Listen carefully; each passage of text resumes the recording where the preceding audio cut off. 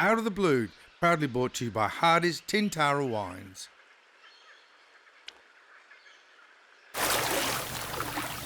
Another surprise! Out of the blue. You want that with fries? Out of the blue.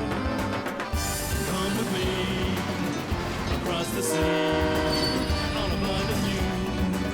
We're gonna cook for you. Nothing but blue skies! Out of the blue. You want some chili with those fries? Out of the blue.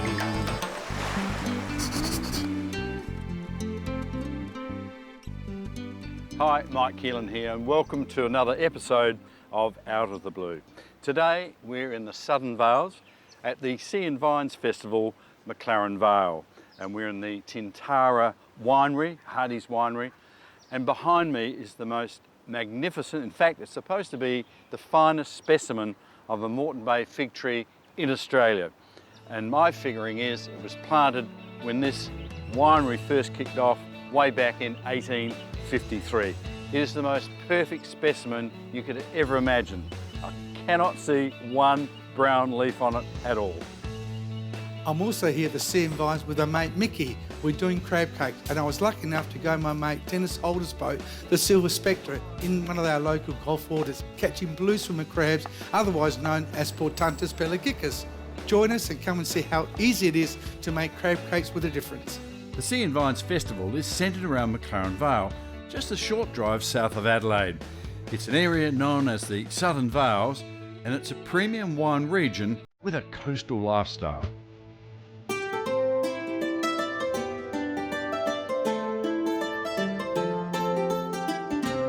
We're starting our day at the Sea and Vines at Hardy's Tintara Winery. It's a grand piece of Australian history, dating back to 1876 when the pioneering Thomas Hardy purchased this winery. Later in the program, we're going to show you more of the Tintara Winery and its history. But meanwhile, let's get the flavour of the Sea and Vines Festival. The area around McLaren Vale is one of South Australia's premium wine regions. With a diversity of soil types, there's a wide range of grapes and wine styles. We're obviously here in the cooler months, but it's still a good time to visit. The hillsides are nice and green, and there's always a warm welcome at the cellar doors. This year is the 24th annual festival, and it's a celebration of the winemaking and culinary traditions of the area. At Hardy's Tintara Winery, the cellar door is a good place to start. Then there's the cooking masterclass with the two of us, together with Bill Hardy. It might be colourful, but it's got a very firm texture.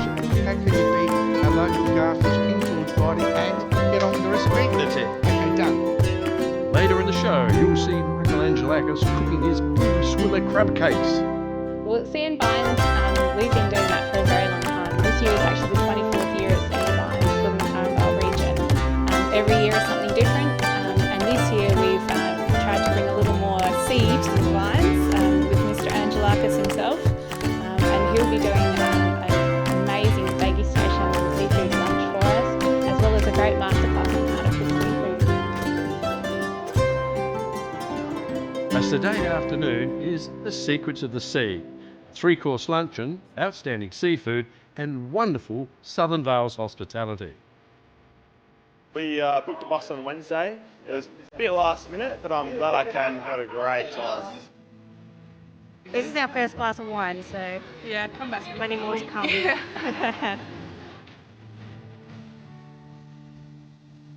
There are dozens of wineries around McLaren Vale, and many of them are joining in the celebrations, providing a warm welcome on a winter weekend. After the break, I'm out in the Gulf, out of Wallaroo, on a crab boat, a Silver Spectre, catching blues. And after the break, we'll be back to show you how to cook them.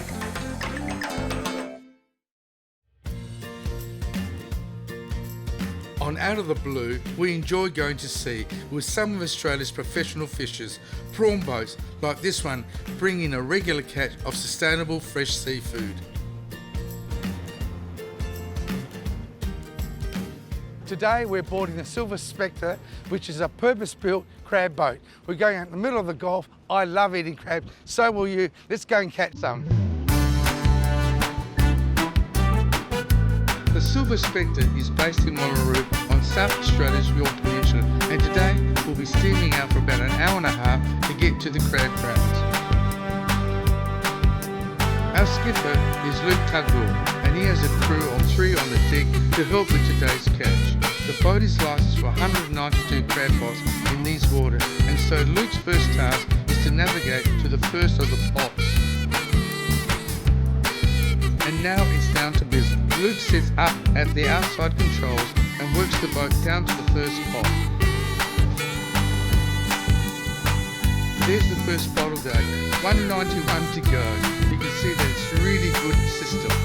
The conveyor takes the pots along to where they are shaken so the crabs fall into a nice slurry below.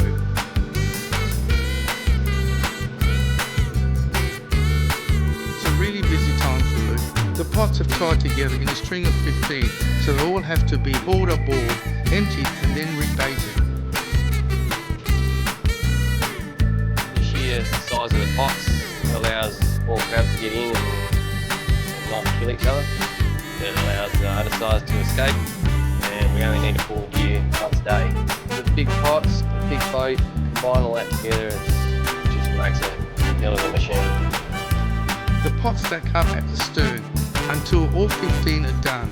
Then it's time to release the string, all with new baits, ready to be checked again tomorrow. We reduced 98% of our undersized crabs we retain. Bycatch was reduced by pretty close to 100% as well. So they're a very clean, efficient pot which is highly targeted at selective fishing of blue crabs. It's a fantastic product to eat. It's a nice sweet meat. It's easy to get into. So it's always available on the market floor, and it's become a staple on the fish shop board. The freshly caught crab are sent along to the sorting table where each is carefully measured, making sure that the crabs comply with a strict size limit of 110 centimetres across the carapace. The crabs are sorted according to size. These are blue swimmer crab, a delicacy that is common to the warmer Gulf waters of South Australia. This is one of the 4 boats that operates in Spencer Gulf, with a strict annual limits for the catch.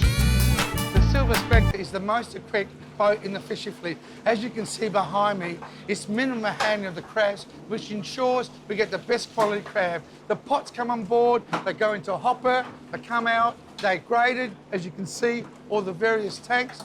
They're graded from A down to C or D or F, or even bigger, and then they're iced quickly, they are put to rest. That means they put them to sleep, lower their metabolism, so they don't shed their legs.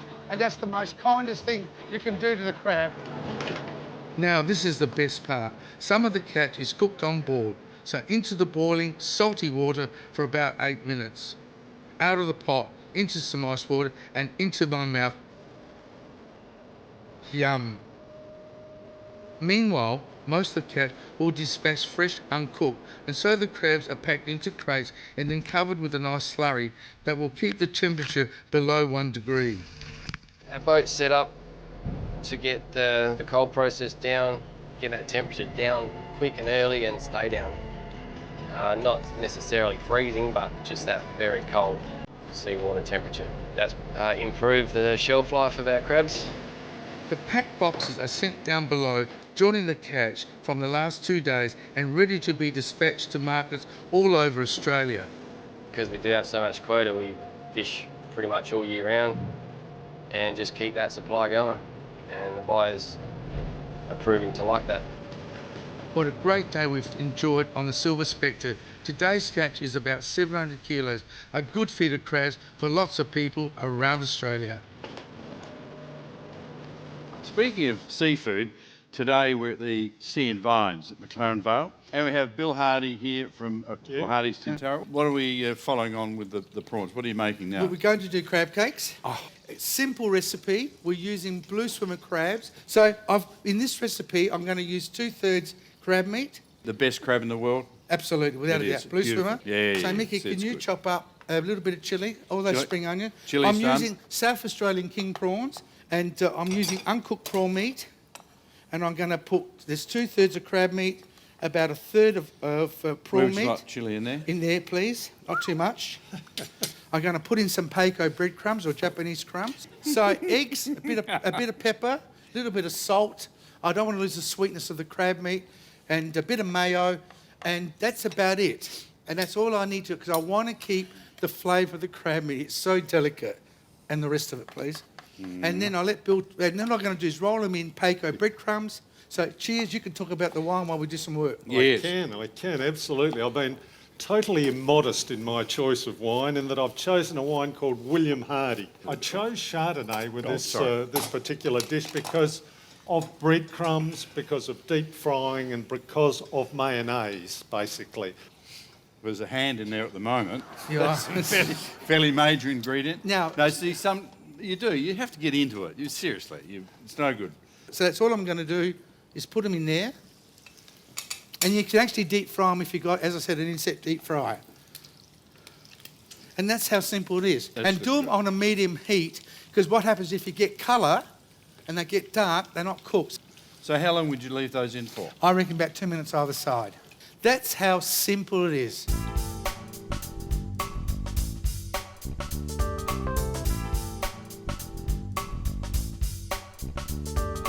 Wow, look at these beautiful crab cakes that Michael's knocked up. I can't resist trying some. They're incredibly light. And despite the fact that I know Michael has used a little bit of beer in the mixture, I'm drinking wine with it. And the selection I've made is actually quite an immodest one. I've chosen a wine that the company named after myself, the William Hardy Chardonnay. I chose this because they're all quite rich, creamy textures. So you need a wine with a little bit of weight, a little bit of richness to it. And Chardonnay certainly has that. Cheers. Hey, I reckon Bill really enjoyed those crab cakes. More from Bill later when we have a look at the history of Hardy's Tintara. A fascinating story.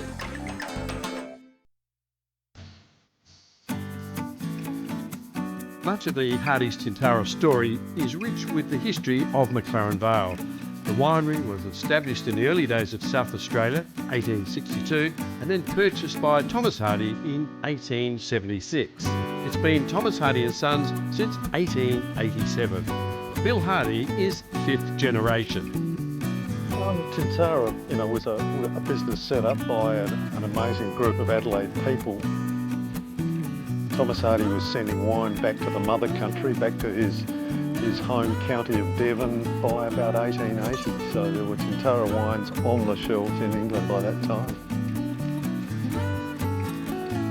We export to, I think, 130 plus countries around the world.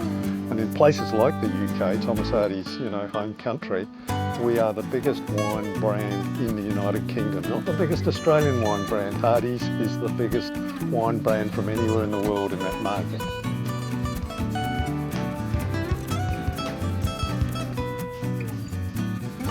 So here we're actually at the site of the original Tintara winery, and so this was the same age as the vines actually we just saw earlier, and it gives you a bit of an insight into what winery work would have looked like at the time. It's a wonderful relic of times past for Tintara and sort of what we came from and what we've gone to, but strangely enough our new winery works on the same principles, making winemakers work a little easier at the end of the day.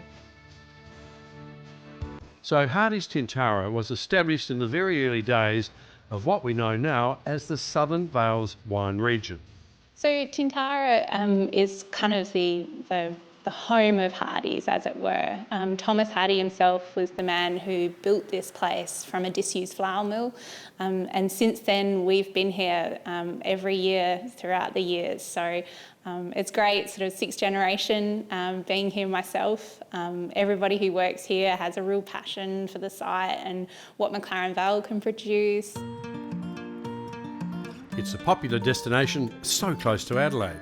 The Hardy's cellar door provides the opportunity to taste a range of wines or enjoy a cup of coffee. So Eileen Hardy wines are the best in our portfolio, and they're named after my great-grandmother. in 1973, for her 80th birthday, her 3 children decided to dedicate a wine to her. Wine clearly was always her passion, and from that the other wines grew. So in 1986, Chardonnay was added to the range, and we're actually celebrating 30 years of that wine this year. Apart from the romance being in a wine region like here in McLaren Vale, is the history of the vineyards themselves. And I'm in the original Tintara vineyard. Bill, how old is this vineyard and some of the vines? The bit we're standing in, Michael, is actually over 110 years old. The vineyard's actually older than that again. It was planted back in 1861 by a real who's who of Adelaide, you know, the Elder family, the Bar Smiths, the Sir Samuel Davenports, Sir Walter William Hughes. In this area here? In this area here. I believe it was actually the second commercial planting in McLaren Vale. So these old vines, I mean, how do you care for them? Do they do their own thing? Sort of? We treat them very gently. You know, as they get older, they get a little bit more brittle, and you know, if you're too savage with them, you can break the old arms off and things like that. It's really the old vines we treasure. So these old vines at McLaren Vale are an important part of the history of Hardy's wines, but also a valuable asset into the future. As they age, the vine's yields may decrease, but the payoff is with the richer flavours of the fruit. After the break, the crab linguine that Michael's promised you.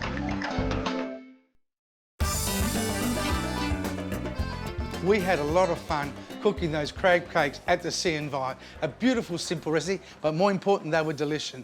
I often get asked as a fishmonger how to prepare a crab, and these beautiful blue swimmer off Dennis Holder's boat called the Silver Spectre. So here we go. This is a male blue swimmer crab. It's uncooked. So what you do, you turn it over, you undo the back plate, pull it off like that, and there we are. In one move, you can take out all the intestines. They're the gills. Take out the gills. I wouldn't bother washing it because you'd take out all the goodness, just wipe it, put it on a board, get a knife, chop it like that. Cut it into clusters about there. That's the back paddle leg, the swing leg, chop it like that. Turn it around, make sure it's a good board, solid so it doesn't move, so you don't cut your finger. Do the same, and there you are. What a beautiful view. It is a beautiful. I used to see you here about 50 years ago when we used to go surfing. Yeah, well, probably it's not right. Hey, look, we should say where we are. Yes, absolutely. Beautiful Port Wollonga, and we're at Star of Greece restaurant. What are we cooking today, Michael? I want to introduce you to my Portuntus pelagicus. It's a blue swimmer crab. Yeah, but what is it? It's a bluey. I'm going to put, this is the frying pan. It goes on the heat. I'm going to put in some oil. Mm-hmm. Now, what are you going to give me to fry up? A up? little bit of onion. Bit of onion. And we are doing Dennis Holder's recipe. And some garlic. Yeah, Can you a little put bit it of in? garlic off. Yes. Now you can put the chilli in. Look, Mickey, I'm going to test you. This is a Hardy's Tasmanian Adelaide Pinot Gris. Now we've got sizzle. We're going to put in all the white wine. And what I'm going to do, because we've got to let these cook and steam and boil till they go red. And I'm also going to see the juices of the crab. I'm not going to waste them. Now, Michael, that's been a couple of minutes. Yeah, I'm going to turn them over, Mickey. See how they're going red? So I want them to be well cooked, not overcooked. See, that's the back legs. Beautiful. Yep. Want a bit of pepper in there? I love some pepper. Okay, well, listen, I reckon another couple of minutes. We'll let that go and we'll come back and then we'll introduce the pasta to the recipe. Here we are. I'm going to put in the pasta. Well, there you are. That's Dennis Holder's crab linguine, or in Italian, grancio linguine pasta. Thanks to Dennis and the Silver Spectre, that's a terrific recipe for crab linguine. That's all for this week's show. We're at outofthebluetv.com.au. Don't forget to like us on Facebook.